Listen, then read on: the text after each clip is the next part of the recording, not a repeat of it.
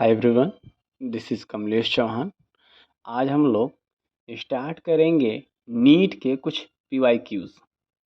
ठीक है, पीवाईक्यूज़ हैं, उनका हम सल्यूशन देखेंगे विद कॉन्सेप्ट। सल्यूशन से ही कॉन्सेप्ट सीखेंगे। ठीक है, धीरे धीरे करके एक एक करके सीखते हैं। ये देखिए, नीट 2020 कोविड में आया हुआ क्वेश्चन है। ये क्या कह रहा है, इसको समझते हैं और इसको करते हैं। Match the coordination number and type of hybridization with distribution of hybrid orbital in space based on valence bond theory। मतलब इसमें दिया गया है कोऑर्डिनेशन नंबर है और टाइप्स ऑफ हाइब्रिडेशन है, यहाँ पे दिया हुआ है और इसको मैच कराना है इस वाले। ठीक है, यहाँ क्या दिया हुआ है, distribution of hybrid orbitals in space. मतलब सिंपल से ये कहने का मतलब है कि हम लोग को ज्योमेट्री से क्या करना है, मैच कराना है। अगर कोऑर्डिनेशन नंबर 4 है, हाइब्रिडेशन sp3 है, तो इसकी ज्योमेट्री क्या होगी, इसमें क्या करना है, मैच करना है। ठीक है, थोड़ा सा हिलेगा डुलेगा, एडजस्ट कीजिएगा आप लोग, इसमें थोड़ा सा मेरे लिए कष्ट कर लीजिए। ठीक है, चलिए तो पहले सीखते हैं कि कोऑर्डिनेशन नंबर होता क्या है, उसके बाद उसका हाइब्रिडेशन निकालते कैसे हैं। फिर उसके बाद क्या करेंगे हम लोग, टाइप्स ऑफ ज्योमेट्री देखेंगे, उसके कौन से टाइप्स होंगे ज्योमेट्री का, उसका ज्योमेट्री क्या होगा, सीखते हैं। देखिए, कोऑर्डिनेशन नंबर क्या होता है, अगर हम सिंपल भाषा में समझना चाहें, सिंपल वे में समझना चाहें, तो ये कह सकते हैं जैसे हमारे पास कोई पॉजिटिव चार्ज है तो इसके अपोजिट चार्जेस कौन होंगे, निगेटिव। तो 1 2 3 4 हमने निगेटिव लगा दिया अपने मन से। तो कोऑर्डिनेशन नंबर क्या होगा कि कोई एक पर्टिकुलर चार्ज है या पर्टिकुलर स्पीसीज़ है, उसके अपोजिट वाले स्पीसीज़ कितने हैं, जितने भी रहेंगे वही उस पर्टिकुलर स्पीसीज़ का क्या कहलाएगा, कोऑर्डिनेशन नंबर। जैसे ये पॉजिटिव है, इसके अपोजिट वाले निगेटिव होते हैं, तो 1 2 3 4, तो ये 4 इसको क्या किए हैं, राउंड में। तो अराउंड द पॉजिटिव कितने निगेटिव हैं, 4, तो इसका कोऑर्डिनेशन नंबर कितना हो जाएगा, 4। किसका, इस पॉजिटिव वाले का। अगर इसी निगेटिव के अगल बगल हम लोग क्या लगा दें, पॉजिटिव लगा दें इस तरीके से, तो इस निगेटिव का कोऑर्डिनेशन नंबर कितना हो जाएगा, 4 हो जाएगा। तब किसको काउंट करेंगे, पॉजिटिव वाले को, 1 2 3 4, इसका भी कोऑर्डिनेशन नंबर क्या हो जाएगा, 4। उसी तरीके से मेटल होता है और लिगेंड होता है। लिगेंड क्या करता है, ऐसा स्पीसीज जो पेयर ऑफ इलेक्ट्रॉन मेटल को डोनेट करता हो, उसको क्या बोलेंगे, लिगेंड बोलेंगे। ठीक है, तो ये लिगेंड हो गया। तो अब मान लेते हैं कि एक लिगेंड और 2 लिगेंड, मिनिमम इतना ही रहेगा। अगर ज्योमेट्री हमको बनाना है, ज्योमेट्री क्या होगा, एंगल को भी बताएगा। ठीक है, एंगल डिटरमाइन करने के लिए मिनिमम कितने पॉइंट्स होने चाहिए, मिनिमम 3 पॉइंट्स होने चाहिए। बात को समझिए, जैसे हम कह दें कि ये कितना एंगल का कितने डिग्री का एंगल बना रहा है, पता ही नहीं चलेगा। अगर हम ऐसे एक लाइन और ड्रा कर दिए तो कहेंगे तो लगभग 60 डिग्री। तो कैसे पता चला, 1 पॉइंट, 2 पॉइंट, 3 पॉइंट्स, इनको आपस में मैच करा, उसके बाद जो है कि मेजरमेंट किए तो ये कितना आया, 60 आया। तो मिनिमम कितने पॉइंट होने चाहिए एंगल डिटरमाइन करने के लिए, 60। इसीलिए ज्योमेट्री के लिए भी मिनिमम 3 पॉइंट्स होने चाहिए, तो 1 2 एंड 3।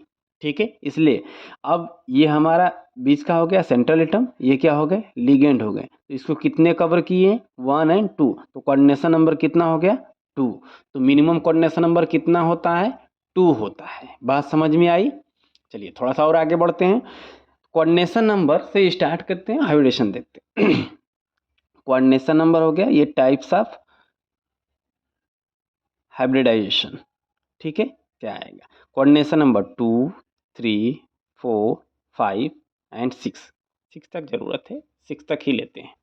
ठीक है, चलिए अब क्या किए, कोऑर्डिनेशन नंबर 2 है तो हाइब्रिडाइजेशन कैसे निकालेंगे। देखिए, पहला काम है एस पी पी पी, उसके बाद डी डी स्टार्ट होगा ऐसे। ठीक है, हम ऐसा क्यों किए हैं, क्योंकि हम लोग जानते हैं कि पी में कितने ऑर्बिटल होते हैं, 3। ठीक है, पी एक्स पी वाई और पी जेड, इसीलिए 3 हमने लिया। और यस में एक ही सिंगल, तो एक सिंगल सा यस, और डी में 5 होते हैं तो 5 तक लिख सकते हैं। ठीक है, अब क्या होगा, कोऑर्डिनेशन नंबर जो आता है वो हाइब्रिडेशन से ही आता है। तो हाइब्रिडेशन में अगर ये एक लिगेंड है, एक बॉन्ड बनाया है, तो एक ऑर्बिटल को क्या इसको चाहिए, एक एक अगर एक लिगेंड ने एक बॉन्ड बनाया तो एक ऑर्बिटल कम से कम चाहिए ना, तभी तो बॉन्ड बनाएगा। तो हम लोग अपने समझने के लिए क्या कंसिडर करते हैं, अगर जितने बॉन्ड है उतने ऑर्बिटल, यानी कि यहाँ पे 2 बॉन्ड है तो 2 ऑर्बिटल 1 एंड 2। तो अगर कोऑर्डिनेशन नंबर 2 है तो हाइब्रिडेशन क्या होगा, sp। हाँ, समझ में आई। तो यहाँ पे कोऑर्डिनेशन टाइप्स ऑफ हाइब्रिडेशन क्या होगा, sp। क्लियर है। अब अगर हम बात करते हैं कि यहाँ पे मान लेते हैं कोऑर्डिनेशन नंबर 3 है, 1 2 3, तो 1 2 3 s, एक p है 2 p, इसको हम लोग ऐसे भी लिख सकते हैं sp2। क्लियर है। चलिए, अगर 4 है तो क्या कर देंगे 1 2 3, यानी कि sp3। यहाँ पे एक कॉन्सेप्ट थोड़ा सा बस चेंज होता है कि यहाँ अगर कोऑर्डिनेशन नंबर 4 है तो अरेंज करने के 2 तरीके हो जाते हैं। और क्यों होते हैं, क्योंकि यहाँ पे ये जो d है इस वाले p को छोड़ करके इस वाले d को ले लेता है, और हाइब्रिडेशन क्या बनता है, एक तो ये बना और दूसरा वाला DSP2 बन जाता है। नहीं समझे, चलिए समझाते हैं। देखिए, आइए इधर, मान लीजिए हम लोग को क्या करना है कि यहाँ हमको जाना है, इस वाले पॉइंट पे क्या करना है, जाना है। यहाँ से 2 रास्ते हैं ऐसे, ठीक है। यहाँ से हम क्या कर रहे हैं, चल रहे हैं, यहाँ से हम क्या कर रहे हैं, चल रहे हैं, और ये थोड़ा सा घुमावदार है, यहाँ पे आया हुआ है, और यहाँ पे हम यहाँ से चलते चलते यहाँ तक पहुँचे। ध्यान दीजिएगा, समझाना चाह रहे हैं। यहाँ से चलते चलते हम क्या किए, पहुँचे, ठीक है। तो यहाँ से चलते चलते हम पहुँचे, तो अब क्या हुआ, मुझे यहाँ जाना है, तो आप बताइए कौन सा आप रास्ता चूज करेंगे, ये वाला या ये वाला। ऑब्वियस सी बात है, जो सीधा है और शॉर्टकट है, ठीक है। ये तो इसको यहाँ से यहाँ तक ऐसे ऐसे करके जाना पड़ेगा, लंबा पड़ेगा। यहाँ सीधा भी है और शॉर्टकट भी, इससे कम एनर्जी हमको लगेगी, आराम से यहाँ पहुँच जाएंगे। तो हम लोग क्या करेंगे, इसको चूज करेंगे। उसी तरीके से ये क्यों हुआ, रास्ता को देखते हुए। उसी तरीके से क्या होता है, हमारे पास 3D 4s 4p और 4d होता है। तो अगर ये वाला ऑर्बिटल खाली होता है, ये वाला क्या होगा, अगर ऑर्बिटल एम्प्टी होगा, तो जो इलेक्ट्रॉन एंटर करेंगे वो इस रास्ते से एंटर करेंगे, न कि इस रास्ते से एंटर करेंगे, एस वाले से नहीं करेंगे, डी वाले से एंटर करेंगे। यहाँ से इलेक्ट्रॉन इसमें से इसमें, फिर इसमें से इसमें भरेगा, ठीक है। फिर ये भर जाएंगे, तो उस टाइम हाइब्रिडेशन आएगा DSP2। थोड़ा डिटेल में, और जब कोऑर्डिनेशन नंबर पढ़ाने लगेंगे चैप्टर, उसमें बताएंगे कि ऐसा एक्चुअल में क्यों होता है। स्ट्रॉन्ग लिगेंड की वजह से होता है। तो वहाँ पे रोल आता है, क्या कहते हैं कि स्ट्रॉन्ग लिगेंड बोल देते हैं। क्या कह देते हैं, स्ट्रॉन्ग लिगेंड की वजह से। तो हाइब्रिडेशन यहाँ पे अगर कोऑर्डिनेशन नंबर 4 है तो यहाँ पे 2 हाइब्रिडेशन, sp3 और DSP2। इतनी बात समझ में आई, ठीक है। आप याद रखिए, स्ट्रॉन्ग लिगेंड की वजह से। अगर कोऑर्डिनेशन नंबर 5 है तो क्या करेंगे, sp1 p2 p3 1 2 3 4 हो गया, एक और sp3d। अगर 6 है तो क्या कर लिए, sp3, कितने हो गए, 3 + 1 4, 4 2 चाहिए, यानी sp3d2। बात समझ में आई, इस तरीके से, ठीक है। अब देखिए, अब हम लोग को क्वेश्चन में आना है। तो इतनी बातें तो ये समझ में आया कि कोऑर्डिनेशन नंबर 4 है तो sp3, कोऑर्डिनेशन नंबर 4 है DSP2। तो अब क्या चेंजेस होगा भाई इन दोनों में। तो देखिए, कोऑर्डिनेशन नंबर अगर 4 है, यानी कि एक मेटल है कोऑर्डिनेशन नंबर 4, तो कोऑर्डिनेशन नंबर 4 अरेंज करने का मतलब 4 लिगेंड ऐसे भी अरेंज हो सकते हैं, इस तरीके से 1 2 3 4, ऐसे वाला, जैसे CH4 अरेंज होता है ना, मीथेन। तो ये क्या है, टेट्राहेड्रल है, टेट्राहेड्रल, 1 2 3 4 लिगेंड। तो sp3 हाइब्रिडेशन है, अरेंजमेंट इस तरीके का है, तो टेट्राहेड्रल। अगर कोऑर्डिनेशन नंबर 4 है और हाइब्रिडाइजेशन sp3 है तो उसका अरेंजमेंट कैसा होगा, इस तरीके से, यानी कि टेट्राहेड्रल। टेट्राहेड्रल कहाँ पर है भाई, sp3 टेट्राहेड्रल। ठीक है, क्लियर है। चलिए और आगे बढ़ते हैं। फिर उसके बाद है कि DsP2, अगर ये अरेंज हो गया तो दूसरा कारण क्या हो, आप किस तरीके से अरेंज कर सकते हैं, इस तरीके से, मेटल 1 2 3 4, यही होगा 1 2 3 4। अगर देखा जाए तो यहाँ पे बीच में मान लीजिए मेटल है, एक लिगेंड यहाँ, दूसरा लिगेंड यहाँ, तीसरा यहाँ, चौथा यहाँ। देखिए अगर हम रख रहे हैं तो ये फ्लैट बैठ जा रहा है ना, मतलब बैठने का मतलब कि ये फ्लैट इसको रख पा रहे हैं, कहीं उबड़ खाबड़ नहीं है। तो इसको क्या बोलेंगे, स्क्वायर है और एक प्लेन में है तो क्या हो जाएगा, स्क्वायर प्लेनर। क्या बोल देंगे, स्क्वायर प्लेनर। ठीक है, कब होगा, जब कोऑर्डिनेशन नंबर 4 होगा और हाइब्रिडाइजेशन DsP2 होगा। हाइब्रिडेशन क्या होगा, DsP2। ठीक है, कोऑर्डिनेशन नंबर 4 हाइब्रिडेशन DsP2 तो क्या हो गया, स्क्वायर प्लेनर। ये क्लियर है। अब आते हैं, बात करते हैं कोऑर्डिनेशन नंबर 5 अगर हो तो कोऑर्डिनेशन नंबर अगर 5 होगा तो किस तरीके से अरेंज करेंगे, ये मेटल हो गया 1 2 3 4 5। ठीक है, ये भी अरेंज करने का तरीका है। दूसरा तरीका क्या है, मेटल 1 2 3 4 और ये रहा 5। ठीक है, इस तरीके से पेंटागन टाइप। और दूसरा इस तरीके से 1 2 3 4 5। हम लोग अपने जो है कि उससे क्वेश्चन से भी आंसर निकाल सकते हैं। अगर ये क्या होता, देखिए ये sp3d है ना, और ये क्या है d2sp3 है। इसको d2sp3 अगर इनर d ऑर्बिटल इस तरीके का अरेंज हुआ तो d2sp3 बोलेंगे, sp3d d2 भी बोलेंगे। कोऑर्डिनेशन नंबर 6 में दोनों ही आएगा, आगे पीछे लिख सकते हैं। जब इनर होगा तो ये आगे आ जाएगा, जैसे ये है। समझ में आ रही है बात, sp3d2 sp3 ये d है, ये 5 के लिए। तो यहाँ पे क्या है, देखिए ट्राइगोनल बाईपिरामिडल और दूसरा क्या बचा है, ऑक्टाहेड्रल। ऑक्टाहेड्रल मतलब जो है कि 6 जब रहेगा, 6 में ही ऑक्टाहेड्रल, तो 6 कहाँ है, यही समझ में आ रहा है, यही बचा भाई इस ऑक्टाहेड्रल के लिए, 6 हो गया। तो इसका क्या हो गया, ट्राइगोनल बाईपिरामिडल। देखिए यहाँ पे 1 2 3 ये ट्रायंगल टाइप का है और एक प्लेन में है, जैसे 1 2 3 इस तरीके का। ठीक है, तो ट्राइगोनल एक ऊपर निकला हुआ है, एबव है, और एक बिलो है। तो एक ऊपर आया तो एक पिरामिडल, दूसरा लिगेंड नीचे है दूसरा पिरामिडल, यानी कि bi pyramidal, trigonal bi pyramidal. तो अब क्या होगा, आंसर क्या निकल कर आया इसमें से, ए का क्या है, आर है, ए का आर यहाँ भी है, ए का आर यहाँ भी है, ये गलत हो गया और ये भी गलत हो गया। ठीक है, दो ऑप्शन हमको अभी तक सही दिख रहे हैं, फर्स्ट और थर्ड। बी का क्या है, एस है, तो बी का एस है, यानी कि बी का पी, ये ऑप्शन गलत और ये वाला राइट हो जाएगा। ठीक है, इस तरीके से फर्स्ट का फर्स्ट आंसर हुआ। कोई दिक्कत, चलिए आगे बढ़ते हैं नेक्स्ट क्वेश्चन की तरफ। दूसरा क्वेश्चन आया हुआ है नीट 2019 में। ठीक है, ये भी बड़ा इंपॉर्टेंट क्वेश्चन है। ठीक है, कोऑर्डिनेशन केमिस्ट्री का ही है।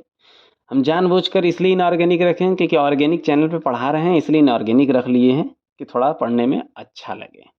ठीक है, देखिए जो हम स्ट्रॉन्ग लिगेंड की बात कर रहे हैं, यहाँ पे हमको CN मिल गया। बात को समझिएगा। अगर आपको इस तरीके से कुछ करना हो, CFT की बात कर रहे हैं, क्रिस्टल फील्ड थ्योरी की बात कर रहा है यहाँ पे, क्रिस्टल फील्ड थ्योरी। ठीक है, तो क्रिस्टल फील्ड थ्योरी में क्या होता है, ऑर्बिटल का स्प्लिटिंग होता है, ऑर्बिटल का स्प्लिटिंग, और किस ऑर्बिटल का, D ऑर्बिटल का। अच्छा कोई पूछ दे कि क्या जो स्प्लिटिंग होती है D ऑर्बिटल की होगा या फिर p का भी हो सकता है। माफ़ कीजिएगा, कॉल आ गया था, इस वजह से थोड़ा सा डिस्टरबेंस हुआ। फिर से कंटिन्यू करते हैं उसी में। हाँ, तो बात कर रहे थे कि अगर कोई कह दे कि क्रिस्टल फील्ड थ्योरी क्या d ही ऑर्बिटल में होता है, क्या p में हो सकता है कि नहीं हो सकता है? नहीं हो सकता है तो क्यों नहीं हो सकता है? चलिए आज आंसर देते हैं। देखिए, डी ऑर्बिटल की जो स्प्लिटिंग होती है इसलिए होती है क्योंकि यहाँ पे जो ऑर्बिटल होते हैं वो 5 तो होते हैं। डी में कितने ऑर्बिटल हैं? 1 2 3 4 एंड 5। ठीक है, 5 ऑर्बिटल होते हैं। लेकिन और ये जो ऑर्बिटल हैं वह अलग अलग रीजन के, अलग अलग रीजन करने का मतलब कि ये जो 2 ऑर्बिटल होते हैं वो अलोंग द एक्सिस होते हैं और 3 ऑर्बिटल जो होते हैं वो इन बिटवीन द एक्सिस होते हैं। मतलब 2 कैटेगरी के, एक D X Y, D Y Z, D X Z, और फोर्थ वाला जो होता है D X square, Y square, और नेक्स्ट है डी जेड स्क्वायर। तो ये जो होते हैं वो एक्सिस पर पाए जाते हैं और ये जो होते हैं एक्सिस के बीच में मिलते हैं। 2 कैटेगरी का हो गया। लेकिन P वाले केस में PX हो गया, PY हो गया और PZ हो गया। यह सब के सब एक्सिस पर ही लाई करते हैं। इसके वजह से सेम टाइप के ऑर्बिटल हैं। तो सेम टाइप के ऑर्बिटल हैं, इस वजह से इसमें स्प्लिटिंग नहीं मिलता है देखने को, लेकिन इसमें स्प्लिटिंग देखने को मिलता है। इसीलिए क्रिस्टल फील्ड थ्योरी हम लोग डी ऑर्बिटल में पढ़ते हैं, न कि पी ऑर्बिटल में पढ़ते हैं। क्लियर है? चलिए आइए लेते हैं। हमारा जो कॉम्प्लेक्स है वो क्या है? K4FeCN6। ठीक है, पोटेशियम पे कितना, पहले हम लोग क्या करेंगे, सेंट्रल एटम का ऑक्सीडेशन नंबर निकालेंगे, ऑक्सीडेशन स्टेट निकालेंगे कि सेंट्रल एटम का ऑक्सीडेशन स्टेट है क्या। ठीक है, फिर उसके बाद उसने कितना इलेक्ट्रॉन लॉस किया है, कितना इलेक्ट्रॉन गेन किया है, उसके बाद बात करेंगे। फिर उसके बाद क्रिस्टल फील्ड थ्योरी पे आएंगे, यानी कि स्प्लिटिंग करके दिखाएंगे और इलेक्ट्रॉनिक कॉन्फ़िगरेशन करेंगे। तो यहाँ पे जो पोटेशियम है, पोटेशियम जानते हैं ये एल्कली मेटल है, इस पे +1 चार्ज होगा। कितने हैं भाई? 4 हैं। प्लस इसका हमको निकालना है, x मानेंगे, प्लस इसी में हम लोग oxidation state, how to determine oxidation state, ये वाला भी क्वेश्चन हो गया। ठीक है, Cn पे -1 चार्ज होता है, multiplied by 6 equal to overall charge 0 निकालते हैं, +4 plus x -6 equal to 0। x is equal to +6, इसको राइट हैंड साइड ले जाते हैं और इसको भी, तो -4 इज इक्वल टू +2, यानी x इज इक्वल टू कितना आ गया? +2। यानी आयरन किस स्टेट में है? 2+ में है। ठीक है, इतनी बात समझ में आई। चलिए और आगे करते हैं। अब आयरन का जो एटॉमिक नंबर होता है वो कितना होता है? Z is equal to 26। Electronic configuration करेंगे, 1s2 2s2 2p6 3s2 3p6 4s आता है, उसके बाद 3d आता है। लेकिन हम लिखेंगे पहले, क्योंकि नंबर पहले 3 आता है बाद में 4 आता है।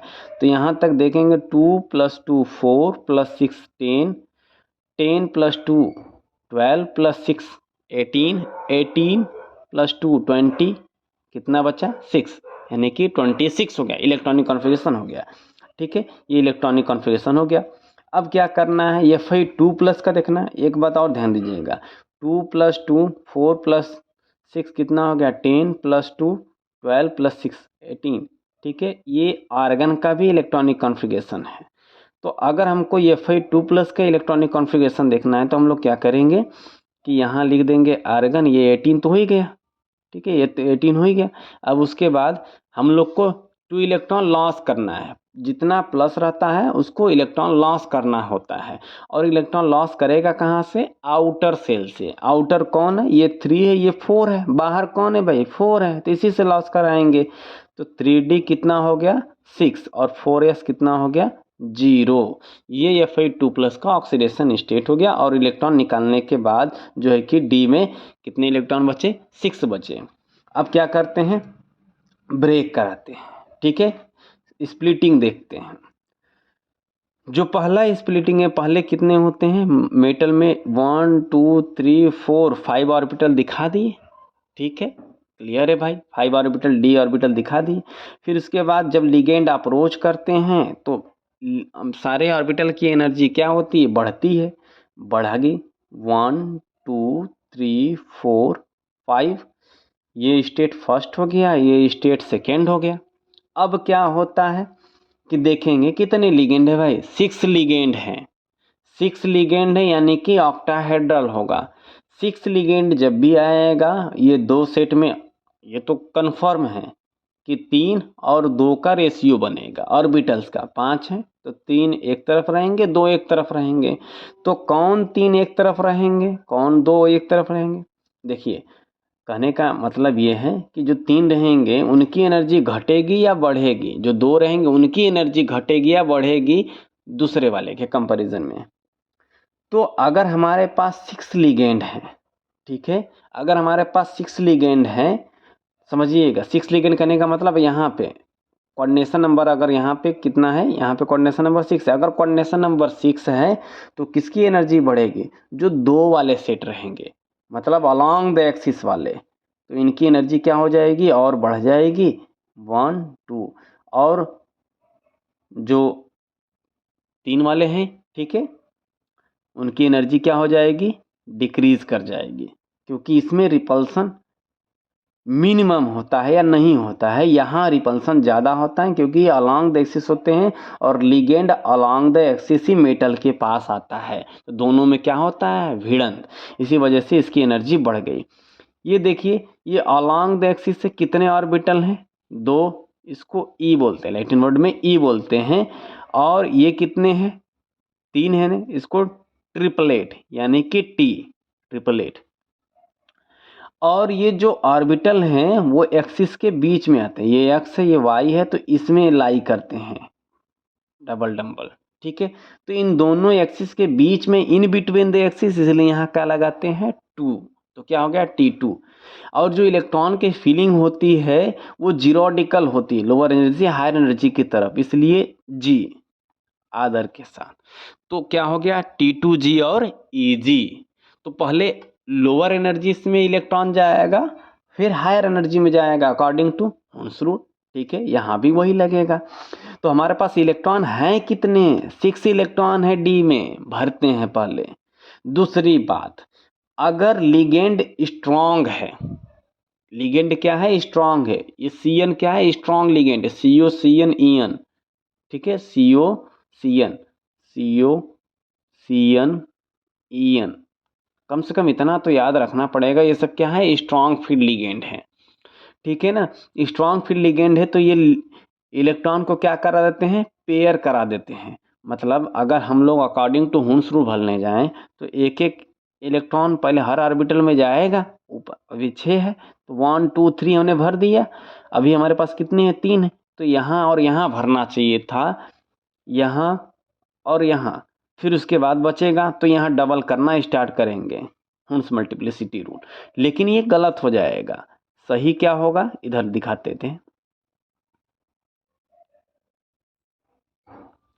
सही क्या हो जाएगा कि जब स्ट्रॉन्ग फील्ड लिगेंड है तो ये जो गैप है, ये वाला जो बीच का गैप है, इन दोनों की एनर्जी के बीच का गैप, ये बहुत ज़्यादा होता है, रिपल्सन ज़्यादा होने की वजह से गैप ज़्यादा हो जाता है, और ये इलेक्ट्रॉन जो यहाँ जा रहा था नीचे भरने के बाद फट से ऊपर चला गया, ये गैप इतना ज़्यादा होता है कि इलेक्ट्रॉन वहाँ पहुँच ही नहीं पाता है, तो इसको मजबूरन इसी में रहना पड़ता है, इसी को कह देते हैं कि पेयरिंग हो जाता है। 1 2 3 4 5 6 सबके सब इलेक्ट्रॉन क्या भर दिए, नीचे ही भर दिए, इसको क्या बोलते हैं, पेयरिंग हो गई। इस तरीके से ये क्या हो गया, स्प्लिटिंग हमने दिखा दिया K4FeCN6 का। लिगेंड का अप्रोच, CN क्या है, strong field ligand, CN minus क्या है, स्ट्रॉन्ग फील्ड लिगेंड है, इसी वजह से क्या हो गया, पेयरिंग हो गई। तो अब देखो T2G में कितने इलेक्ट्रॉन है भाई, और EG में कितने इलेक्ट्रॉन है, काउंट कर लीजिए, पता इलेक्ट्रॉनिक कॉन्फ़िगरेशन निकल आएगा। तो काउंट करते हैं, तो T2G में कितने हैं 1 2 3 4 5 6, EG में कितने हैं 0। तो इलेक्ट्रॉनिक कॉन्फ़िगरेशन क्या हो गया T2G 6 और EG 0। ऑप्शन कौन सा है, सेकेंड वाला दिख रहा, यही हमारा क्या हो जाएगा, राइट ऑप्शन हो जाएगा। ठीक है, ये हो गया। चलिए नेक्स्ट क्वेश्चन पे आते हैं। हाँ ये देखिए भाई, ये पी ब्लॉक वाले का है क्वेश्चन, असर्शन और रीजन टाइप का, ठीक है ना। असर्शन हाँ वैसी टाइप का है, स्टेटमेंट के हिसाब से दिया हुआ है। ये नीट 2022 में नीट 2022 में आया हुआ है। ठीक है, आइए इस पे डिस्कशन करते हैं। Given below are two statements. Statement first, the boiling point of the following hydrides of group 16 element increases in the order. Hydrides करने का मतलब कोई एलिमेंट है, जैसे यहाँ पे ऑक्सीजन ही, तो ऑक्सीजन के पास 2 हाइड्रोजन लगा दिए तो ये क्या बोलेंगे, हाइड्राइड्स ऑफ ऑक्सीजन। ठीक है, H2O क्या, हाइड्राइड्स ऑफ ऑक्सीजन। तो इस तरीके से हो गया, तो हाइड्रोजन लगा दिए तो हाइड्राइड ऑफ ऑक्सीजन बोल दिए H2O। ठीक है, उसी तरीके से H2S हो गया, H2 सेलेनियम हो गया, H2TE हो गया मतलब टेलुरियम हो गया। इस तरीके से क्या हो गया, हाइड्राइड हो गया। दूसरा स्टेटमेंट क्या करा, the boiling point of these hydrides increases with increase in molar mass. ठीक है, देखिए एक बड़ा ही इंटरेस्टिंग कॉन्सेप्ट निकल कर आया है। यहाँ पे H2O है, H2S है, H2C है और H2 टेलुरियम है यानी कि TE है। तो हाइड्रोजन बॉन्डिंग का केस है यहाँ पे। हाइड्रोजन बॉन्डिंग कब होता है, क्या होता है, हाइड्रोजन बॉन्डिंग मतलब हाइड्रोजन जो होगा किसी मोर इलेक्ट्रोनिगेटिव एटम के साथ अटैच है और ये किसी और के साथ किसी मोर इलेक्ट्रोनिगेटिव एटम के साथ इंटरेक्ट करता है, FON फोन के साथ क्या करता है, इंटरेक्ट करता है।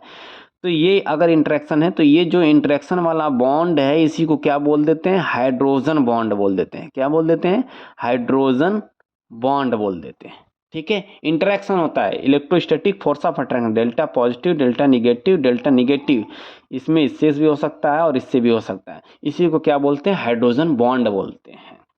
इतनी बात समझ में, इंटर और इंट्रा होता है वो अलग केस है। ठीक है, तो अब ये जो है फोन में ही केवल हाइड्रोजन बॉन्डिंग शो करते हैं, फ्लोरीन ऑक्सीजन और नाइट्रोजन ही शो करते हैं, यानी कि मोर इलेक्ट्रोनेगेटिव वाले ही क्या करेंगे, हाइड्रोजन बॉन्डिंग शो करेंगे। सल्फर हो गया लेस इलेक्ट्रोनेगेटिव, हम लोग जानते हैं तो ऊपर से नीचे जाते हैं तो क्या होता है, इलेक्ट्रोनेगेटिविटी डिक्रीज करती है। तो सबसे ज़्यादा इलेक्ट्रोनेगेटिव ऑक्सीजन, ये लेस है। ठीक है, इस तरीके से इलेक्ट्रोनेगेटिव घटती है। तो ये क्या होता है, हाइड्रोजन बॉन्डिंग फॉर्म नहीं करता है। यही रीज़न है कि H2O क्या है, लिक्विड है और H2S क्या है, गैस होता है। H2S क्या है, गैस है, ड्यू टू हाइड्रोजन बॉन्डिंग। क्या है उसमें, कौन सा रोल है, H2O जैसे ये H2O ऑक्सीजन के साथ क्या करेगा, हाइड्रोजन बॉन्डिंग शो करेगा। ठीक है, ये दूसरे वाले ऑक्सीजन के साथ इस तरीके से। तो ये सब इतने सारे हाइड्रोजन बॉन्डिंग बना रहा है। तो हाइड्रोजन बॉन्डिंग बनाने का मतलब है एक मॉलिक्यूल H2O का ये हो गया, दूसरा ये हो गया, तीसरा ये हो गया। मॉलिक्यूल्स क्या हो रहे हैं, कंडेंस हो रहे हैं। कंडेंस होंगे तो क्या होंगे, लिक्विड तो बनेगा। बहुत ज़्यादा कंडेंस कर दिए तो सॉलिड हो जाएगा। दूर दूर हैं, एक दूसरे से दूर दूर हैं तो गैस हो जाएंगे। तो इसमें कोई भी हाइड्रोजन बॉन्डिंग H2S में नहीं होता, इसलिए मॉलिक्यूल दूर दूर होते हैं तो क्या बोल देते हैं कि ये H2S क्या है, गैस है। लेकिन इसके मॉलिक्यूल पास पास होते हैं H2O के, इसलिए क्या है, लिक्विड है। बात समझ में आई। तो अब क्या होगा, यहाँ कह रहा है कि the boiling points of the following hydrides of group 16 elements increases in the order. तो आपके हिसाब से गैस का बॉइलिंग पॉइंट ज़्यादा होगा कि लिक्विड का, ऑब्वियस सी बात है भाई लिक्विड का, क्योंकि मान लेते हैं कि H है, S है और S। ठीक है, तो इसको बॉन्ड को तोड़ने में, इसको भी बॉन्ड को तोड़ने में, एक बॉन्ड तोड़े एक बॉन्ड तोड़े, क्लियर है, थोड़ा सा डिफरेंस है लेकिन समझ में आ रहा है कि एक बॉन्ड तोड़ने में एनर्जी लगी, एक बॉन्ड तोड़ने में एनर्जी लगी। अब क्या हुआ, ये सब हाइड्रोजन बॉन्डिंग एक्स्ट्रा बॉन्ड आ रहे थे, इसको भी तोड़ने में जो एनर्जी लगेगी, इसका मतलब इसको तोड़ने के लिए थोड़ा सा और ज़्यादा एनर्जी लगेगी, यानी कि बॉइलिंग पॉइंट H2O का ज़्यादा होगा H2S से। ठीक है, एक और ख़ास बात, H2O इस ग्रुप में हाइड्राइड्स केवल H2O ही ऐसा है जो कि लिक्विड होता है, बाकी सब गैस होते हैं। ठीक है, तो हाइड अब क्या होगा, अब इस कंक्लूजन से देखें कि H2O का बॉइलिंग पॉइंट ज़्यादा होगा H2S से, यानी कि ये तो कह रहा है कि इंक्रीजिंग ऑर्डर है बॉइलिंग पॉइंट का, तो उल्टा हो गया भाई, इसका ज़्यादा होना चाहिए, इसका कम होना चाहिए, इनकी तो बातें छोड़ो। ठीक है, यहीं से गलत हो गया। ठीक है, तो यानी कि ये स्टेटमेंट क्या है, गलत है। बात समझ में आई? आगे आते हैं। ठीक है, next, the boiling point of these hydride increases with increase in molar mass. ठीक है, कह रहा है कि मोलर मास बढ़ने की वजह से इस वाले 16 वाले का जो हाइड्राइड्स हैं तो वो क्या होगा, बॉइलिंग पॉइंट बढ़ेगा। अरे भाई, ऑक्सीजन है, ऑक्सीजन का एटॉमिक नंबर कितना होता है, 8 होता है, एटॉमिक मास कितना होगा 16, इसका कितना होता है 16, ये 35 32 होता है एटॉमिक मास सल्फर का। तो ये तो ऊपर से नीचे जा रहे हैं, तो इनके जो हाइड्राइड होंगे इनका तो atomic mass sorry molar mass तो बढ़ रहा है, मतलब mass of 1 mole is known as molar mass. ठीक है, तो उस हिसाब से इसका ज़्यादा होना चाहिए H2O से, H2S का बॉइलिंग पॉइंट ज़्यादा होना चाहिए H2S से। ये तो गलत है, अभी तो देखे हैं कि H2O का ज़्यादा होता है किससे, H2S से, यानी कि ये वाला भी स्टेटमेंट क्या है, रॉन्ग है। तो राइट ऑप्शन कौन हो जाएगा, स्टेटमेंट फर्स्ट इज इनकरेक्ट, बस statement second is correct, wrong है, गलत है। Both statement first and statement second are correct, ये भी रॉन्ग है। Both statement first and statement second are incorrect, this is right. तो हमारा ऑप्शन क्या हो जाएगा, थर्ड वाला क्या हो जाएगा, राइट ऑप्शन हो जाएगा। इतनी बात क्लियर है? नेक्स्ट क्वेश्चन पे आते हैं। ये देखिए, अरे भाई साहब, ये तो बहुत ज़्यादा इंपॉर्टेंट है, मतलब इससे इस वाले कॉन्सेप्ट में हर साल क्वेश्चन आने ही आने हैं। ठीक है ना, इससे हर साल क्वेश्चन आने ही आने हैं। इसमें भी बैलेंस बाउंड थ्योरी का यूज़ है। ठीक है, कुछ उधर सीखें, कुछ इधर भाव सीख लेंगे। इसमें इसको सीखने से पहले हम लोग क्या करेंगे, हाइब्रिडाइजेशन स्टेट निकालना सीखते हैं। वो कैसे निकालना सीखेंगे, इसका एक फार्मूला होता है, स्टेरिक स्टेरिक नंबर या हाइब्रिडेशन स्टेट कह सकते हैं। हाइब्रिडेशन स्टेट कि हाइब्रिडेशन कैसे निकालेंगे, तो इसके लिए फार्मूला होता है 1/2 ब्रैकेट में रहेगा number of valence electron plus number of mono valent atom, number of monovalent atom minus positive charge अगर है तब, इफ अगर है तो निगेटिव करेंगे, माइनस करेंगे किसको, पॉजिटिव चार्ज वाले को। इफ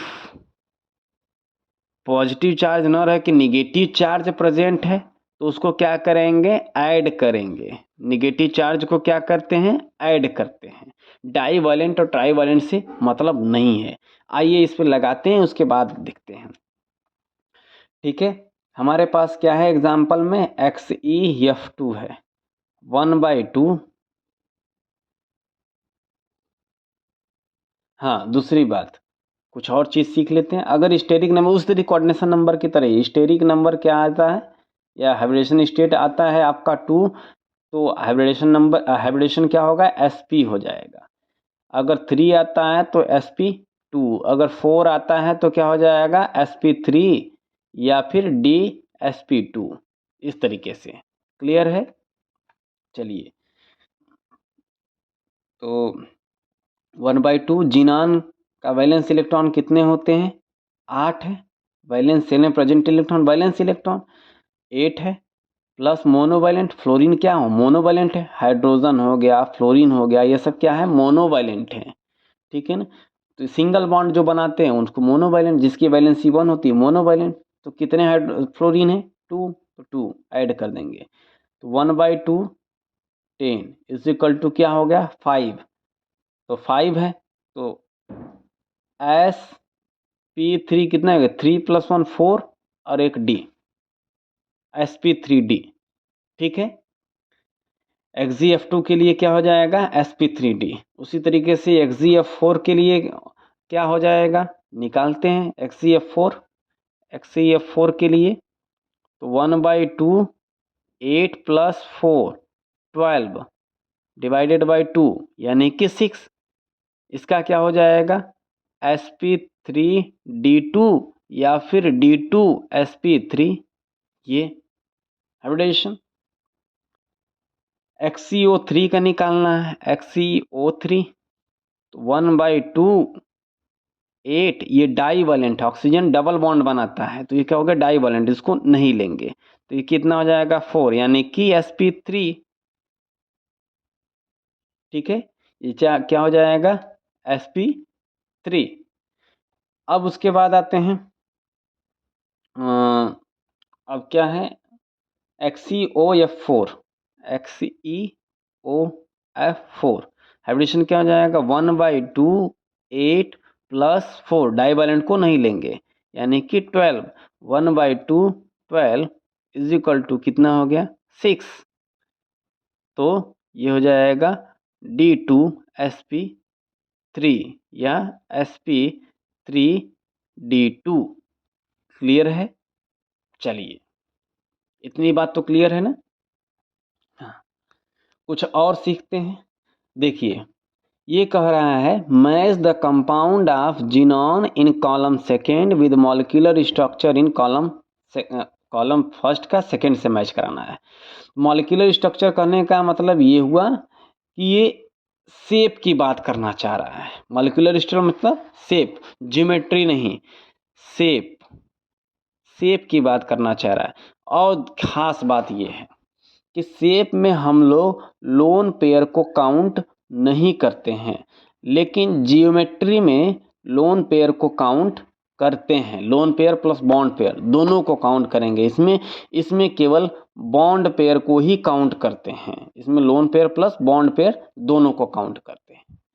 ठीक है, और वैलेंस बॉन्ड VSC-PR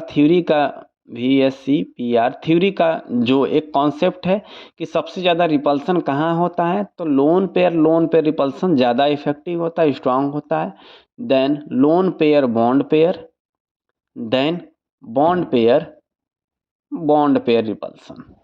ठीक है, इन बातों को ध्यान में रखना है। हम लोग को अगर लोन पेयर पास आ रहे हैं तो उसको दूर रखना है। ठीक है, जितना डिस्टेंस रख सकते हैं रखेंगे। ठीक है, एक दूसरे से दूर रखेंगे। इतनी बात क्लियर है। जो लोन पेयर है, यहीं पे सीख लेते हैं।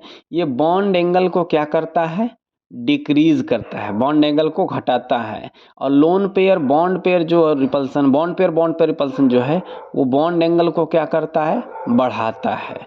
और loan pair bond pair repulsion जो होगा, ये रिपल्सन का ऑर्डर है भाई, रिपल्सन का क्या है, ऑर्डर है। तो लोन पेयर बॉन्ड पेयर का जो रिपल्सन होगा ये भी बॉन्ड एंगल को क्या करता है, डिक्रीज करता है। यानी कि लोन पेयर का जहां इन्वॉल्वमेंट होगा बॉन्ड एंगल को डिक्रीज करेगा। इतनी बात क्लियर है। चलिए आइए सीखते हैं XeF2 का स्ट्रक्चर कैसे मतलब कि मॉलिक्यूलर स्ट्रक्चर यानी कि शेप कैसे बनेगा। Xe वैलेंस इलेक्ट्रॉन कितने हैं, 8 हैं। ठीक है, वैलेंस इलेक्ट्रॉन कितने हैं, 1 2 3 4 5 6 7 8, 1 2 3 4 5 6 7 8। हमको बनाना कितना है XeF2, 1 1 2।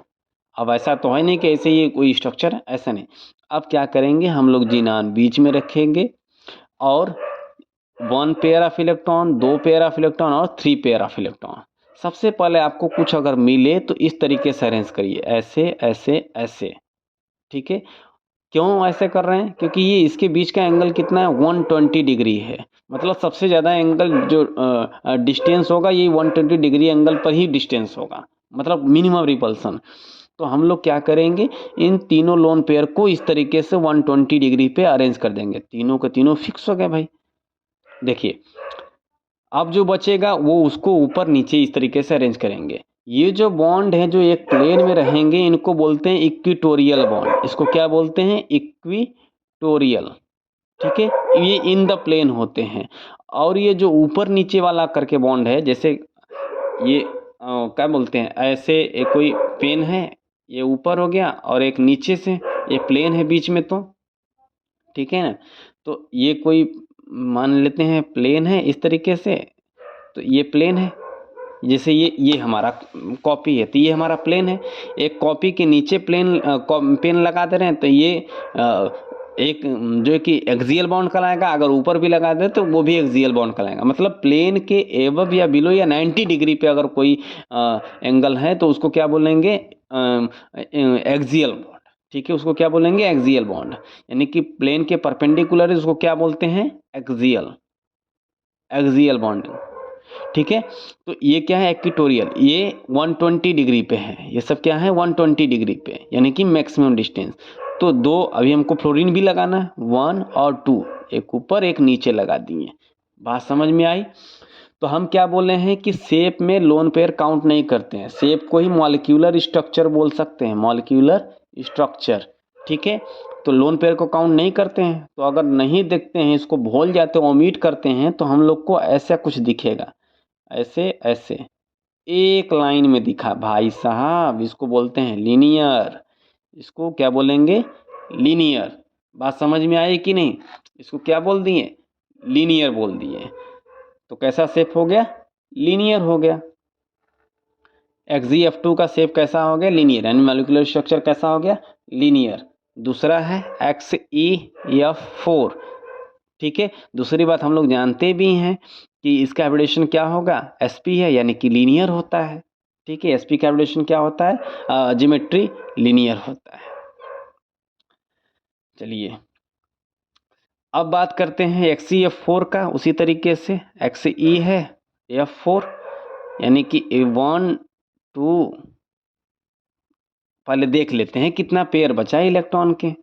जिनॉन है 1 2 3 4 5 6 7 8, 1 2 3 4, इस तरीके से कर दिए 1 2 3 4। यानी कि ये हुआ कि हमारे पास 2 पेयर ऑफ इलेक्ट्रॉन है और 4 जो है कि बॉन्डिंग है, 4 बॉन्ड है। जिनॉन यहाँ रखते हैं, 2 पेयर ऑफ इलेक्ट्रॉन। अब इनको क्या करते हैं कि इस वाले को 1 2 3 4 इस तरीके से, और एक लोन पेयर यहाँ, दूसरा लोन पेयर यहाँ। ठीक है, XeF4 का हाइब्रिडेशन क्या आया था भाई, जरा देखें। XeF4 ये है, ठीक है ना, इस तरीके का आना तो चाहिए। 1 2 3 4 आ रहा है। ठीक है, 1 2 3 4। चलिए, एक लोन पेयर, 2 लोन पेयर। ठीक है, इस तरीके से हमने क्या कर दिया, अरेंज कर दिए। तो अब अगर हम लोग देखें, इसको भूल जाएं, तो जिनान 1 2 3 4, 1F 2F 3F, इसको क्या बोलेंगे, स्क्वायर प्लेनर। ये क्या हो जाएगा, स्क्वायर प्लेनर हो जाएगा। तो XeF4 कैसा है, स्क्वायर प्लेनर है। यहाँ पे XeF2 है, XeF2 का क्या आया था, लीनियर आया था। इस हिसाब से ये ऑप्शन सबके सब सही है। XeF4 का क्या आ गया, स्क्वायर प्लेनर आ गया। XeF4 क्या है, स्क्वायर प्लेनर है। यानी कि बी का पी यहाँ भी है, यहाँ भी, ये सब नहीं है, ये गलत, ये गलत। क्लियर है। चलिए फिर आगे बढ़ते हैं। XeO3 है, XeO3, इसका एब्रेविएशन 6 आया है। इसका एब्रेविएशन क्या हुआ, sp3। ठीक है, तो Xe 1 2 3, 1 2 3 4 5 6 हो गया। एक पेयर ऑफ इलेक्ट्रॉन बच गया। इसको अरेंज करते हैं भाई। देखो अगर ध्यान से आप देखें तो अमोनिया की तरह है, जैसे NH3 होता था ना, एक H 2 H और एक पेयर ऑफ इलेक्ट्रॉन। तो अमोनिया का जो शेप है वो किस तरीके का होता था, पिरामिडल। उसकी ज्योमेट्री क्या होती थी, पिरामिडल। 1 2 3 इस तरीके से, और ये ऐसे। उसी तरीके से जिनॉन 1 2 3 और ये पिरामिडल। तो XeO3 का ज्योमेट्री कैसा हो गया, शेप कैसा हो गया, पिरामिडल, पिरामिडल शेप हो गया, ठीक है ना। इसकी ज्योमेट्री कैसे होगी, पिरामिडल। तो XeO3 यहाँ पे, यानी कि C का क्या हो गया, S हो गया। यानी कि इस तरीके से C का S किसी में नहीं है। ऑप्शन नंबर फर्स्ट वाला क्या है, राइट ऑप्शन है। सेकंड वाला भी गलत हो गया, यहाँ R दिया है, यानी कि स्क्वायर पिरामिडल का है, हो ही नहीं सकता। बचेगा XeO4, उसका भी देख लेते हैं। XeOF4 1 2 1 2 3 4 1 2 3 4, ये दिख ही रहा है भाई, ये पिरामिडल है, हो गया स्क्वायर पिरामिडल। यानी कि XE 1 2 3 4 इस तरीके से, और यहाँ ऑक्सीजन और एक पेयर ऑफ इलेक्ट्रॉन यहाँ लगा देते हैं, XeOF4, ठीक है। इस तरीके से दिखा, ये इसको हटा देते हैं तो ये स्क्वायर हो गया, और ये क्या हो गया, पिरामिडल, स्क्वायर पिरामिडल XE, ये यानी कि ऑप्शन नंबर क्या हो जाएगा, फर्स्ट हो जाएगा, राइट, ठीक है। उसी तरीके से सेकेंड वाला भी है।